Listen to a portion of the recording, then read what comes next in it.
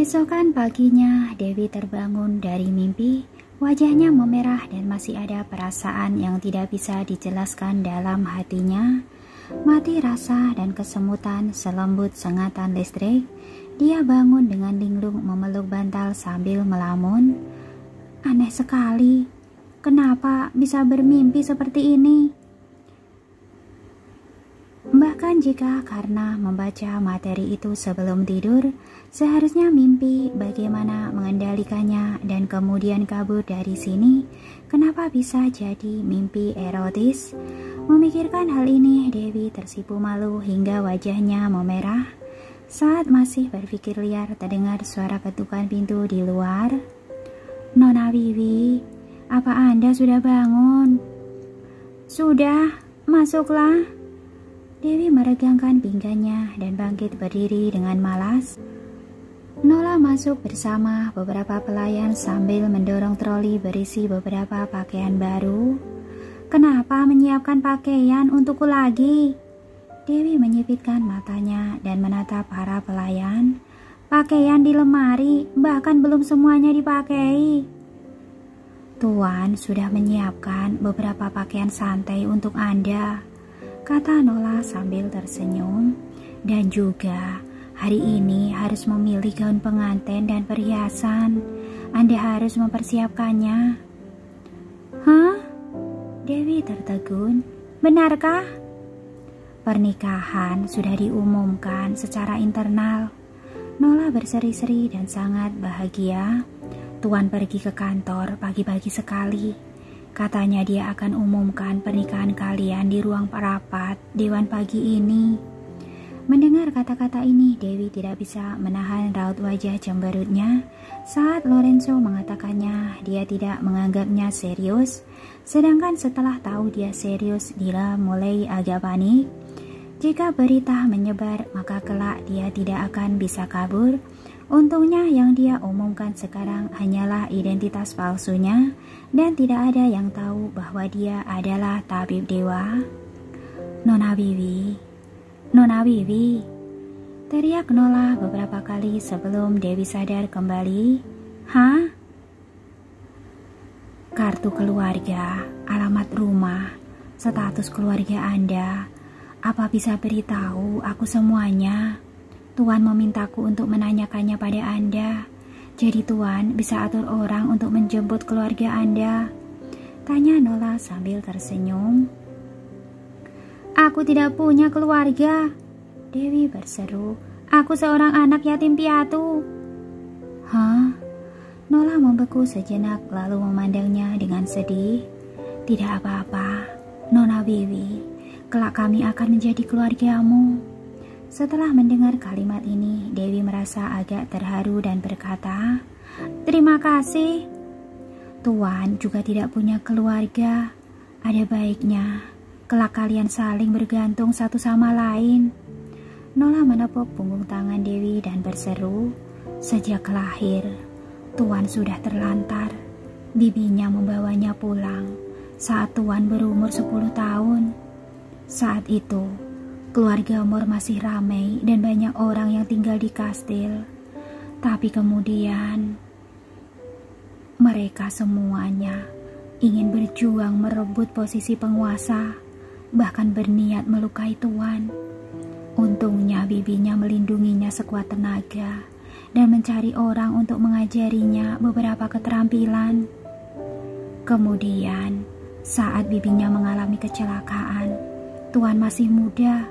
Orang-orang itu bahkan lebih terang-terangan melukainya dengan perbuatan keji dan cara-cara kejam. Bahkan aku saja tidak tahan melihatnya.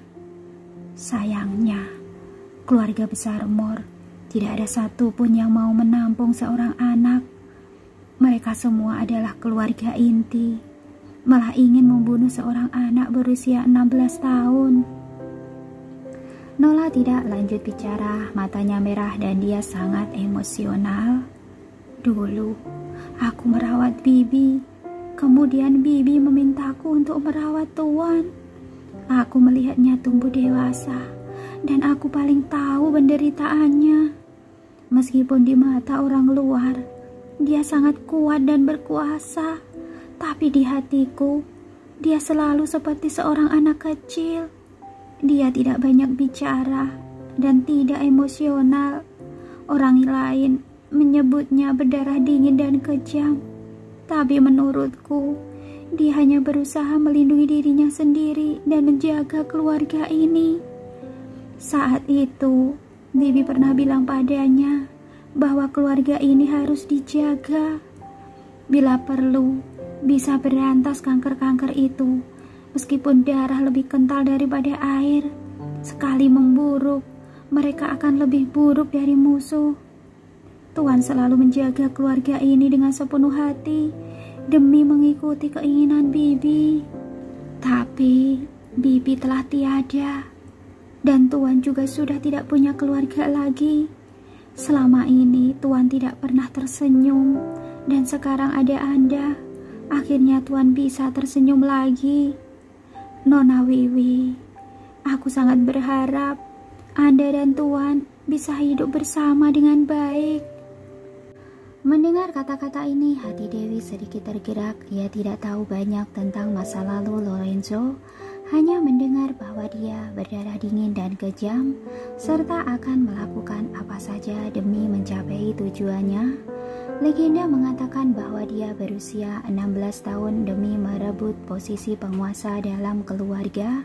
Dia meracuni seluruh keluarga Moore dalam semalam. Matanya merah dan kemudian dia keluar dari kastel sambil berlumuran darah. Pada saat itu dia mirip seperti iblis. Semua orang takut padanya, bahkan mendengar namanya saja sudah ngeri. Dewi sejak awal sudah pernah mendengar legenda ini. Itulah sebabnya dia sangat ingin kabur. Tapi sekarang Nola menceritakan hal ini dari sudut pandang lain dan membuat Dewi mulai melihat Lorenzo dengan pemikiran baru lagi. Nona Wiwi, apa aku terlalu banyak bicara? Nola merasa agak tidak enak hati. Aku harap aku tidak mengganggu Anda. Tidak, Dewi tersenyum kecil pada bibi Nola. Lanjutlah bekerja, aku sudah bangun. Oke, aku siapkan sarapan. Nola bergegas pergi. Setelah Dewi mandi dan mengganti pakaiannya, dia turun untuk sarapan dan menemukan bahwa Willy juga ada di ruang makan. Dia sedang membaca koran dengan santai bersama Robin dan menemaninya. Para pelayan di rumah sangat menghormatinya dan ini bukan pertama kalinya dia mengunjungi kastel ini. Dewi turun dan dengan santai menyapa Willy. Pagi Willy. Begitu kata-kata terucap dari mulutnya, dia merasa agak bersalah dan melihat kembali ke pelayan di sekitarnya. Untungnya semua orang tidak memperhatikannya. Pagi, Nona Wiwi. Willy sangat tenang. Apa tidurnya nyenyak tadi malam? Lumayan. Dewi duduk dan pelayan membawakan susu hangat untuknya. Banyak minum susu bagus untuk kesehatan. Willy memandangnya sambil tersenyum. Dewi makan tanpa memperhatikan tatapannya. Saat ini Weso masuk dan berkata, Nona Wiwi, mobilnya sudah siap. Hah? Pergi kemana? Dewi berseru. Nona Wiwi, Anda lupa. Tuan ingin Nona memilih gaun pengantin dan perhiasan untuk pernikahan hari ini. Tadi aku sudah memberitahu Anda. Jelas Nola sambil tersenyum. Oh, Dewi merasa agak tertekan tapi memikirkan rencana Brandon. Dia tetap berkompromi. Pergi setelah sarapan saja. Oke, aku ambilkan mantel Anda. Nola sangat senang dan buru-buru menyuruh orang mengambilkan mantel dan sepatu Bu Dewi. Pilih gaun pengantin. Willy sedikit mengenyit dan bertanya dengan cemas. Apa pernikahannya sudah ditetapkan? Iya, Tuan akan mengumumkannya di rapat dewan hari ini, jawab Weso. Willy memandang Dewi dengan rumit ragu untuk bicara. Tidak ada yang bisa mengubah keputusannya. Dewi mengisyaratkan lalu meletakkan peralatan makan. Aku sudah kenyang, ayo. Nona Wiwi, pakailah mantelnya dulu. Nola mengenakan mantel pada Dewi dan berkata dengan prihatin, di luar dingin, jangan sampai masuk angin. Aku tahu, terima kasih Bibi Nola. Dewi tersenyum padanya lalu naik mobil bersama beberapa pengawal. Willy memperhatikannya pergi dan kehilangan nafsu makan. Ia meletakkan peralatan makan dan berkata ingin kembali ke kamarnya. Nola berkata dengan hormat, Pangeran, Tuan memberi pesan sebelum pergi. Pangeran bisa masuk ruang kerja dan ruang teh di rumah kapan saja. Jika Anda merasa bosan, Anda bisa keluar jalan-jalan. Terima kasih Bibi Nola. Aku ingin istirahat sebentar. Willy mengucapkan terima kasih dengan sopan dan meminta Robin untuk mendorong kursi rodanya kembali ke kamar. Saat pintu tertutup, Robin pun mengingatkannya, Pangeran, pernikahan antara Tuan El dan Nona Dewi sudah ditetapkan dan juga diumumkan di depan Dewan Direksi. Nasi sudah menjadi bubur, jadi Anda jangan ikut campur lagi. Aku khawatir orang-orang dari 3 keluarga besar dan kalangan politik akan menyerang Dewi. Willy berkata dengan serius, pernikahan El akan mempengaruhi masa depan keluarga Mor. Jika dia sembarangan menikah dengan orang tanpa latar belakang yang jelas, maka mereka akan menduga-duga, lalu pakai segala macam cara untuk mengacaukannya. Tuan El akan melindunginya. Negara Empron adalah wilayahnya dan semua orang di sekitarnya adalah kaum elit. Tidak ada yang bisa menyentuh Nona Dewi. Robin membujuk dengan sungguh-sungguh, Pangeran, jangan terlalu ikut campur dan hadirilah pernikahan dengan tenang. Willy terdiam sejenak lalu berkata dengan suara rendah, kalau Dewi baik-baik saja, aku tidak akan ikut campur. Tapi kalau tidak, aku harus membawanya pergi. Robin menghela nafas dalam-dalam, tidak berani berkata-kata lagi. Dia tahu begitu Willy sudah memutuskan, tidak ada yang bisa mengubahnya. Dia hanya berharap pernikahan antara Lorenzo dan Dewi bisa berjalan lancar atau Dewi kabur dengan kemampuannya sendiri. Bagaimanapun jangan melibatkan tuannya. Dewi ada di dalam mobil dan tiba-tiba merasa pusing. Ada rasa sakit yang luar biasa di kepalanya, seolah-olah menusuk mencongkel otaknya dengan keras, mencoba melepaskan tengkoraknya. Dia memegang kepalanya dengan satu tangan dan menutup matanya, merasakan sakit yang nyata. Menurut dokter, kondisinya memburuk dan pecahan logam itu menekan saraf otaknya dan operasi harus segera dilakukan. Nona Wiwi, Anda kenapa? Sony yang berada di kursi penumpang melihat Dewi kesakitan dan buru-buru bertanya, apa tidak enak badan?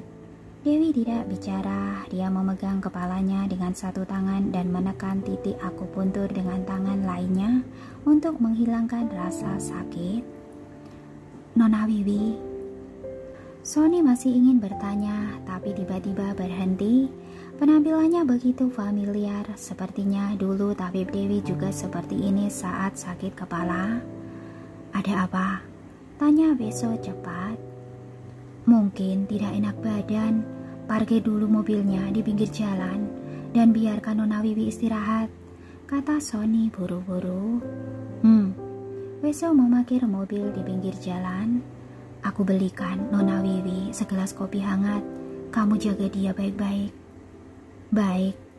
Sony memperhatikan Weso pergi, menoleh pada Dewi dan bertanya dengan hati-hati. Apa Anda adalah tabib Dewi? Dewi agak terkejut lalu mendongak dan menatapnya dengan pandangan kabur. Benar. Sony mendapat jawaban dari reaksinya. Sejak awal, aku selalu merasa agak mirip, meskipun gaya pakaiannya berbeda. Tapi suaranya dan cara bicaranya dan juga matanya. Jangan beritahu orang lain, Dewi mengingatkan dengan suara rendah. Aku tidak akan beritahu, Sony bertanya dengan cemas. Tabib Dewi, apa luka di belakang kepala Anda masih belum sembuh? Apa Tuhan tahu? Kita ke rumah sakit saja. Tidak perlu, Dewi menggelengkan kepalanya. Berpura-pura saja, kamu tidak tahu apa-apa. Baik, meskipun Sony tidak begitu mengerti, tapi dia mengangguk. Kalau begitu, Anda... Sebelum dia selesai bicara, Weso sudah kembali sambil membawa kopi hangat. Nona Wiwi, minumlah kopi hangat. Terima kasih. Dewi sekarang sudah sedikit lega mengambil kopi panas dan bersandar di kursi. Ayo. Baik. Weso menyalakan mobil melaju dan bertanya dengan prihatin. Nona Wiwi, kalau Anda merasa tidak enak badan, apa kita ke rumah sakit dulu? Oke. Dewi melirik ke kaca spion dan ada dua mobil di belakang. Keduanya diutus oleh Lorenzo untuk melindunginya. Jika pergi mencoba gaun pengantin, Lorenzo seharusnya akan datang juga. Dia selalu membawa banyak orang dan akan semakin sulit baginya untuk kabur. Jika sekarang ke rumah sakit, ada banyak orang di sana dan mungkin ada kesempatan untuk kabur. Lagi pula saat melakukan pemeriksaan di rumah sakit, para pengawal itu tidak bisa ikut masuk dan ada jeda waktu di dalam ruangan yang merupakan kesempatan yang baik untuk kabur. Segera mobil melaju ke rumah sakit. Sony dan Weso serta rombongan mengawal Dewi ke rumah sakit. Weso hendak menelpon rumah sakit tapi Dewi segera menghentikannya. Hanya konsultasi dengan dokter. Jangan mempengaruhi orang, akan berdampak buruk. Betul juga. Weso dengan cepat menutup telepon. Anda dan Tuan akan segera menikah, dan Tuan juga tidak menonjolkan diri akhir-akhir ini. Kalau begitu, aku langsung carikan dokter untuk Anda saja. Oke. Dokter memeriksa Dewi dan mendengar dari Weso bahwa dia sakit kepala dan awalnya berencana melakukan CT scan otaknya, tapi Dewi berkata, akhir-akhir ini aku tidak hanya sakit kepala, tapi juga sakit perut. Kadang-kadang lambungku juga sakit, sekujur tubuhku sakit. Kalau begitu, lakukan pemeriksaan lengkap saja. Dokter tidak berani lalai dan segera melakukan pemeriksaan lengkap pada Dewi. Dengan cara ini dia bisa mencari kesempatan untuk kabur. Tapi Weso, Sony, dan 6 pengawal lainnya selalu berjaga-jaga di sekitar. Dewi sama sekali tidak punya kesempatan untuk kabur. Lagi pula aksi ini sudah membuat para dokter dan perawat sangat gugup. Dewi pura-pura tidak senang dan berkata, ini hanya pemeriksaan saja. Apa perlu banyak orang seperti ini? Nona Wiwi, kami juga mengkhawatirkan keselamatan Anda. Weso dengan tergesa-gesa menjelaskan, kami sudah memberitahu Tuan, dia sedang dalam perjalanan ke sini. Apa? Dewi tertegun, dia mau datang? Iya, tadinya dia akan menemui Anda di toko gaun pengantin. Setelah memberitahunya bahwa Anda sakit, dia segera bergegas ke rumah sakit. Weso melaporkan keadaannya dengan serius. Dewi tidak bisa mendengarkan lagi. Ia hanya ingin kabur secepat mungkin. Jika tidak, dia tidak akan bisa kabur setelah Lorenzo datang. Berapa lama dia akan tiba? Dewi bertanya. Kantor agak jauh dari sini. Tuan baru saja berangkat.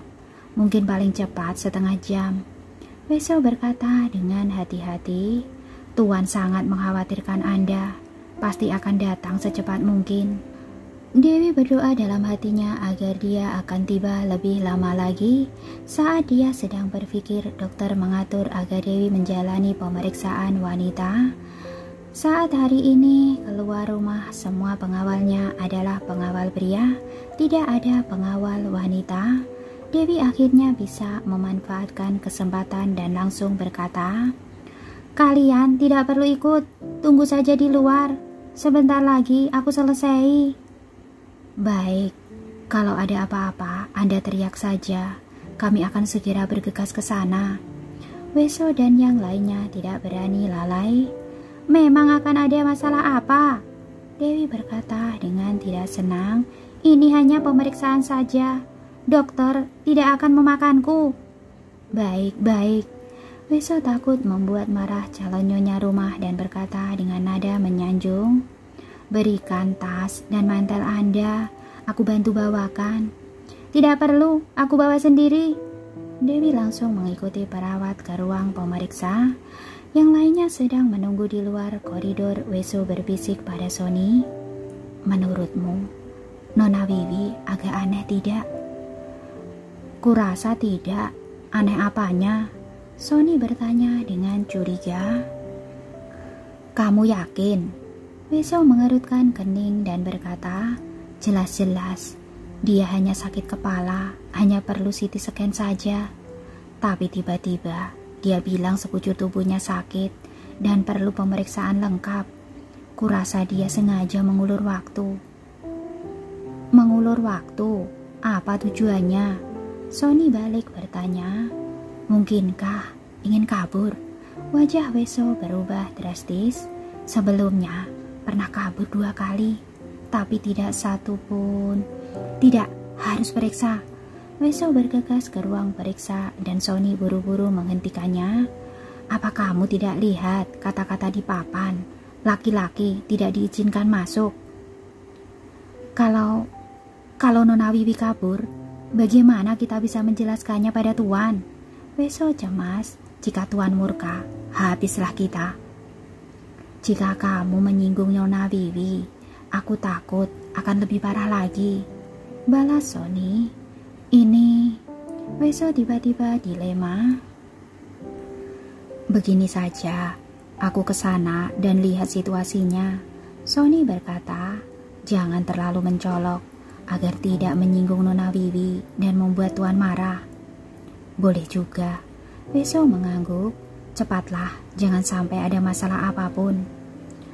Aku tahu. Sony bergegas ke ruang periksa dan mengetuk pintu. Nona Wiwi. Saat ini di ruang periksa beberapa perawat tercengang karena Dewi. Dia hendak kabur dari jendela saat tiba-tiba terdengar suara Sony dari luar. Ada apa? Dewi menjawab dengan cepat. Tidak ada apa-apa. Sony berkata dengan hati-hati, aku hanya ingin tanya, apa ada masalah?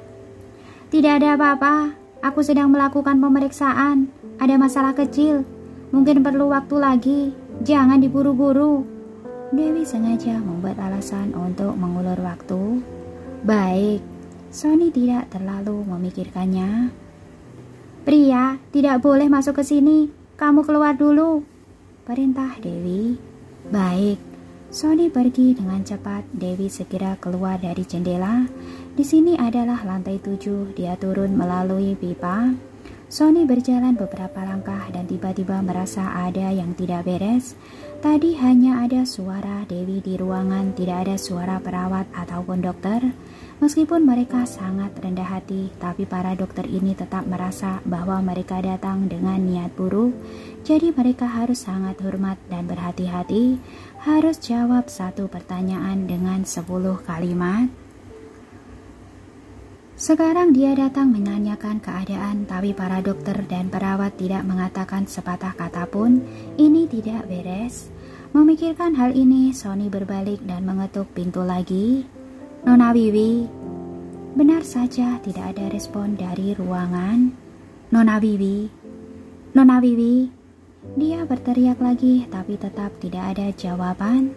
Sony cemas lalu mencengkeram kena pintu dan ingin masuk untuk memeriksa, tapi berpikir di dalam adalah seorang wanita yang sedang melakukan pemeriksaan. Jika terjadi sesuatu, dia akan menyinggung calon nyonya rumah. Kemudian tangan yang memegang kena pintu membeku. Setelah ragu-ragu sejenak, dia segera bergegas ke kamar kosong di sebelahnya, membuka jendela untuk mengamati situasi di sana. Kebetulan melihat Dewi merangkak turun dari pipa. Matanya terbelalak karena terkejut dan hendak memanggilnya saat Dewi tiba-tiba menoleh dan keduanya saling berpandangan beberapa detik. Dewi memberi isyarat, "Shh," padanya lalu dengan cepat menghentikan sebuah mobil dan melaju pergi. Sony membeku di tempat dan beberapa saat baru sadar kembali, merasa sangat panik. Misinya adalah setia kepada Lorenzo, tapi saat ini dia secara naluriah memilih untuk melindungi Dewi dan mengkhianati Lorenzo. Dia tidak mengerti mengapa Dewi ingin kabur, tapi dia tahu bahwa dia pasti punya alasannya sendiri. Tidak peduli mengapa dia ingin membantunya, tapi dia juga merasa sangat bersalah pada tuannya. Hatinya sangat ketakutan dan gelisah. "Sony, kamu sedang apa di sini?" Saat ini suara Weso terdengar dari belakang. Sony panik sejenak, tapi dengan cepat kembali tenang dan berbalik. "Aku ingin lihat apa ada masalah di ruang pemeriksa sebelah." "Tadi kamu sudah ketuk pintu belum? Ada jawaban tidak?" tanya Weso. "Sudah," Sony menjawab dengan jujur. "Nona Wiwi sudah menjawab. Katanya masih diperiksa dan butuh waktu cukup lama. Tolong jangan diburu-buru dan juga bilang laki-laki tidak diperbolehkan masuk ke sini. Jadi memintaku pergi." "Oh," Weso menghela nafas lega saat mendengar dia mengatakan seperti ini. "Baguslah jika tidak ada masalah. Aku tidak terlalu tenang, jadi datang ke sini untuk periksa keadaan, tapi tidak menemukan apa-apa." Setelah Sony bicara, dia menutup jendela dan melirik ke jalan. Taksi itu sudah pergi. "Oke, kalau begitu, ayo cepat keluar. Sebentar lagi Tuan akan datang," Weso mengingatkan. Sony mengikutinya pergi. Saat ini taksi yang ditumpangi Dewi sudah meninggalkan jalan terdekat rumah sakit dan langsung menuju ke bandara. Pada saat ini sebuah konvoi mewah melaju ke arahnya di jalan sebelahnya dan sekilas dia mengenalinya, mobil Lorenzo. Dia panik dan buru-buru menjatuhkan diri ke kursi takut ketahuan orang-orang Lorenzo. Taksi dan konvoi mobil mewah berlawanan arah dan kedua belah pihak saling berpapasan. Jantung Dewi berdebar kencang dan dia tidak duduk tegak sampai taksi melaju jauh dan merasa lega saat melihat konvoi mewah yang menjauh dari kaca spion. Akhirnya berhasil kabur. Pada saat yang bersamaan, mobil Rolls Royce Silver, Jasper menelpon Weso. "Mungkin ada serangan diam-diam. Kalian harus waspada. Sebaik mungkin lindungi Nona Wiwi dan jangan lalai." "Baik,"